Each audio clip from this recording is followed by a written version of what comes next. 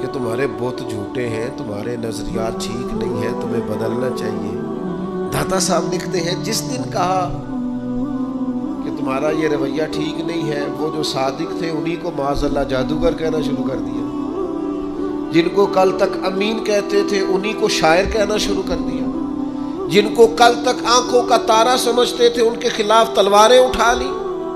آپ یقین کریں دین کا کوئی کام آپ نہ کریں, آج بھی آپ فقیر بن جائیں درویش, موٹی سی چادر اوپر اوڑے, تسبیح لے لے, کونے میں بیٹھ جائیں, حضرت صاحب کچھ نہیں کرتے جی, کوئی دین کا کام آپ نہ کریں, کونے میں بیٹھے جی بڑا فرشتہ آدمی ہے, کسی کو کچھ نہیں کہتا. آپ صوفی مشہور ہے پوری دنیا میں, لیکن اگر آپ کہتے ہیں کوئی تعلیمی کام کرنا ہے, آپ کو کوئی تبلیغی کام کرنا ہے, سوسائٹی میں آپ کو کوئی کردار ادا کرنا ہے, آپ کو معاشرے میں کسی فکر کو پروان چڑھانا ہے, تو آپ کے لیے 100 باتیں, ہزار قسم کے تانے, لیکن نہ بچا بچا کے تو رکھ اسے, تیرا آئینہ ہے وہ آئینہ.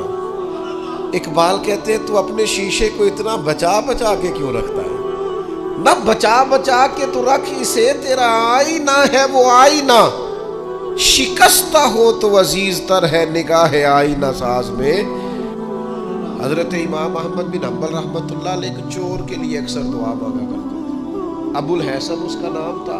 امام احمد بن حنبل کہتے یا اللہ اس پہ رحم فرما, یا اللہ اس چور پہ رحم فرما, دعا مانگتے. اور دعا کیا مانگتے؟ یا اللہ ابو الحسن اس پہ رحم فرما. ایک دن آپ کے بیٹے نے پوچھا کہ حضور لوگ بڑے پریشان ہیں کہ آپ چور کے لیے دعا مانگتے اور اس کے لیے اللہ کی رحمت طلب کرتے. تو امام احمد بن حنبل نے بڑی انوکھی بات کی, کہنے لگے اس چور نے مجھے حوصلہ بڑھا دیا. آپ فرمانے لگے دین کی ایک بات کرنے کی وجہ سے جب مجھے بادشاہ نے گرفتار کیا اور مجھے تھانے لے جایا گیا اور کوتوال مجھے بند کر رہا تھا, تو میں دیندار آدمی تھا, ساری زندگی پڑھنے پڑھانے والا تھا. سارے مجرم نہیں جیلوں میں جاتے, جیلوں میں تو حضرت یوسف علیہ السلام جیسے لوگ بھی رہے ہیں. فرماتے ہیں مجھے لے جایا جا رہا تھا تو کچھ کیفیات تھی کہ لوگ کہیں گے جناب جیل میں. ارشاد فرماتے ہیں کہ میں ابھی کوتوال مجھے تھانے لے کے گیا کہ وہ چور آیا اور آ کے کہنے لگا امام صاحب زمانہ جو مرضی کہے, میں جانتا ہوں آپ کی غلطی کوئی نہیں, آپ نے حق بیان کیا. کہنے لگا حضور میں چور ہوں, میرے وجود پر اب 1 انچ جگہ نہیں جہاں کوڑا نہ پڑا ہو. سارا وجود کوڑے کھا کھا کے زخمی ہے. ہر شہر کے ہر کوتوال کے پاس گویا ہر تھانے میں میرا نام لکھا ہے. چوری کے لیے مار کھاتا ہوں, کبھی گھبرایا نہیں. ذرا کھڑے رہنا, آپ تو محمد عربی کے دین کے لیے مار کھانے لگے. اتنی جلدی تانوں سے پریشان نہ ہونا. فرمایا ذرا کھڑے رہنا, اتنی جلدی تانوں سے پریشان نہ ہونا. زخم پہ زخم کھا کے جی, خون جگر کے گھونٹ پی, آہ نہ کر لبوں کو سی, یہ عشق ہے کوئی دل لگی نہیں. ذرا ٹھہرنا پھر اگر آپ اس کام کے لیے آئے. آپ فرماتے ہیں مجھے اس کی بات نے اتنا حوصلہ دیا کہ پھر مجھے کسی چیز نے پریشان ہی نہیں کیا. ایک شخص نے نا ایک بندے سے قرض مانگا, اس نے کہا مجھے قرضہ دو. وہ کہنے لگا کہ کتنا قرضہ؟ اس نے کہا 1000 دینار. دینار سونے کا ہوتا تھا, درہم چاندی کا ہوتا تھا. 1000 دینار چاہیے. اس نے کہا کوئی گواہ ہے تیرے پاس؟ غریب کا گواہ بھی کوئی نہیں بنتا. کبھی الجھ جائے نا کوئی بندہ تو کئی اپنے بھی کہہ دیتے ہیں کہ ہم اس کے قول فعل کے ذمہ دار نہیں ہیں. ایک غریب آدمی کو قرض کی ضرورت پڑ گئی, 1000 دینار چاہیے. میں کہہ چکا ہوں کہ درہم چاندی کا ہوتا تھا, دینار سونے کا. اب 1000 دینار لینا ہے. تو جس بندے سے اس نے کہا, اگرچہ وہ نیک بندہ تھا, اس نے کہا یار 1000 دینار دے دو. تو کہنے لگا کوئی گواہ ہے تیرے پاس؟ وہ کہنے لگا غریبوں کا گواہ کون ہوتا ہے؟ ہاں ایک گواہ ہے. کہا کون؟ کا میرا رب, وہ تیرے اور میرے بیچ گواہ ہے. اس نے کہا کوئی کفیل, اگر تو پیسے نہ دے سکے تو وہ بعد میں دے دے, یا تجھے کچھ ہو جائے تو وہ دے دے. اس نے کہا کفیل بھی میرا اللہ ہی ہے. میرے پاس اگر ہے تو رب کریم کا نام ہے, اگر اعتماد کر سکتا ہے تو کر لے. بندہ نیک تھا, اس نے کہا رب کے نام پہ, رب کی کفالت پہ, اللہ کو گواہ بنا کے میں تیار ہوں تجھے 1000 دینے کو. اس نے 1000 دینار دے دیا، وقت واپسی کا طے ہو گیا، وہ چلا گیا پیسے لے کے۔ اس نے پوری محنت کی کہ میں نے وقت پہ پیسے لوٹانے، پوری محنت بھی کر لی، اللہ نے مدد بھی کر دی، پیسے بھی اس تاریخ کو اسے مل گئے۔ بعض لوگوں کا تو لوٹانے کا دل ہی نہیں نہ ہوتا۔ فرمایا حدیث پاک میں کہ تو لوٹانے کا ارادہ کر، رب تیری مدد بھی فرمائے گا۔ لیکن یہاں بہت سارے لوگ کہتے ہیں خیر ہے، ارادہ ہی نہیں، تو پھر جس طرح کا بندے کا گمان ہو رب بھی اسی طرح کا معاملہ فرماتا ہے۔ اس نے پیسے جمع بھی کر لیے اور واپس دینے کو تیار بھی ہو گیا، لیکن رستہ بحری جہاز کا تھا، کشتی کا تھا، دریا کے رستے واپس آنا تھا۔ اب وہ جب آ گیا دریا کے کنارے تو بڑی کوشش کی، پر وہاں اسے کوئی کشتی نہیں ملی۔ وقت پہ پیسے لوٹانے ہیں، سفر کرنا ہے، اب سواری میسر نہیں ہے۔ سوچ سوچ کے پریشان تھا کہ میں نے تو اللہ کے نام پہ لیے۔ اچانک دل میں ایک تجویز آئی، اس نے ایک لکڑی لی، لکڑی کو اندر سے کھولا، 1000 دینار اس میں بھرا، بخاری پڑھ رہا ہوں، اور ساتھ ایک خط بھی لکھا کہ یار میں پیسے پہنچانا چاہتا تھا پر مجھے کوئی چیز نہیں ملی دریا کے اس پار آنے، اللہ کے نام پر تیری طرف روانہ کر رہا ہوں۔ اور یہ کہہ کہ وہ لکڑی دریا میں رکھ دی، وہ لکڑی ڈوب گئی ہے، واپس آ گیا۔ وہ جس نے پیسے لینے تھے وہ عین مقررہ وقت پر دریا کنارے آیا۔ صبح سے سر شام تک اس نے انتظار کیا، دل ڈھلنے لگا تو دل میں خیال آ گیا کہ یار نہیں، اس نے دینا ہی نہیں، جھوٹا وعدہ کر گیا، پہنچا ہی نہیں وقت پہ۔ اب جب واپس لوٹنے لگا تو اچانک دریا میں ایک لکڑی تیرتی ہوئی دکھائی دی، کہنے لگا لے جاتا ہوں، شام کو روٹیاں پکانے کے کام آئے گی، ایندھن بنا کے جلا لوں گا، ہنڈیا پک جائے گی۔ لکڑی اٹھا کے جلانے کے لیے گھر لایا، گمان تھا کہ وہ نہیں آیا وعدہ کر کے، اللہ کو کفیل اور وکیل بنا کے اور گواہ بنا کے پھر بھی نہیں آیا۔ لکڑی لے کے گھر گیا، بخاری ہے، اور جب اس کو چیرا نہ کہ میں اس کی آگ جلاؤں گا، کھولا تو اندر سے 1000 دینار بھی نکل آیا، خط بھی نکل آیا۔ اب ذرا سمجھنا، اس کے دل میں بات کس نے ڈالی کہ تو لکڑی میں پیسے ڈال دے؟ اللہ نے۔ اس بندے کو مقررہ وقت پہ کنارے بھیجا کس نے؟ لکڑی صرف اسی کے ہاتھ آئی تو یہ بندوبست کیا کس نے؟ اللہ نے۔ گھر جا کے چیری تو پیسے بحفاظت اس تک پہنچائے کس نے؟ تو پھر ہمیں بھی توجہ اللہ کی جانب ہی کرنی چاہیے، ہمارے پہ دل کی توجہ رب کی طرف ہی ہونی چاہیے نا، ہمیں ادھر ادھر جانے کی، دیکھنے کی، بندوں پر غور کرنے کی ضرورت کیا ہے؟ وہ پیسے پہنچ گئے، یہ وہاں اپنی جگہ پہ پریشان تھا، اس نے 1000 دینار اور جمع کیا۔ پھر دوبارہ ایک دن دریا کنارے آیا، کشتی مل گئی، بیٹھ کے اپنے اس بھائی کے پاس آیا، کہنے لگا دیکھنا مجھ پر بدگمان نہ ہونا، پیسے اس تاریخ کو بھی جمع کر لیے تھے، دریا پہ آیا تھا پر کشتی نہیں ملی تھی، پھر میں نے نا لکڑی میں ڈال کے خط ڈال کے تیری طرف بھیج بھی دیے تھے، لیکن آج میں پھر لے کے آ گیا ہوں۔ وہ کہنے لگا خوش ہو جا، جس رب کو تو نے میرا اور اپنا گواہ بنایا تھا اس رب نے میرے تک پہنچا بھی دیے ہیں۔ جب لوگ اللہ کو گواہ بناتے ہیں، رب کی جانب اپنی توجہ کرتے ہیں، اپنی چاہتوں، خواہشات اور اپنی ساری چٹھیاں اپنے رب کریم کی رحمت کی طرف روانہ کرتے ہیں، پھر اللہ اپنے بندوں کو مایوس نہیں کرتا، اللہ اپنے بندوں کو نواز دیتا ہے، اللہ تبارک و تعالیٰ اپنے بندوں پہ کرم نوازی کرتا۔ او سنگیو، ساری امیدیں سیٹھوں، نوابوں، دنیا داروں سے کیوں وابستہ کرتے ہو؟ ساری توجہات کا مرکز کیوں ان لوگوں کو بناتے ہو جو تمہیں دنیا میں مضبوط نظر آتے ہیں؟ اپنی توجہات کا مرکز اپنے خدا کو بنائیے، اپنے مالک کی جانب اپنی ساری خواہشات کا رخ پھیر دیجئے، اپنی توجہات اپنے رب کی جانب کر لیجئے، وہ اپنے بندوں پہ بڑی کرم نوازی فرماتا ہے، وہ عزتوں کا بھی محافظ ہے، وہ پریشانیوں میں کرم نوازیاں فرمانے والا ہے، وہ ساتھ دینے والا ہے، وہ اس کی رحمت قریب آ کے بندے کو سہارا دیتی ہے، وہ اپنے فضل سے اپنے بندوں کی ہر مشکل میں دستگیری فرماتا ہے۔ اسیاں سے کبھی ہم نے کنارہ نہ کیا، اور تو نے بھی تو دل آزردہ ہمارا نہ کیا، ہم نے تو جہنم کی بہت کی تدبیر، پر مولا تیری رحمت نے گوارا نہ کیا۔ عدل کریں تے تھر تھر کمبن، اچیاں شانہ والے، تجھے تو فضل کریں تے بخشے جامن، میرے جے منہ کالے، آخر دعوایا ان الحمدللہ رب العالمین۔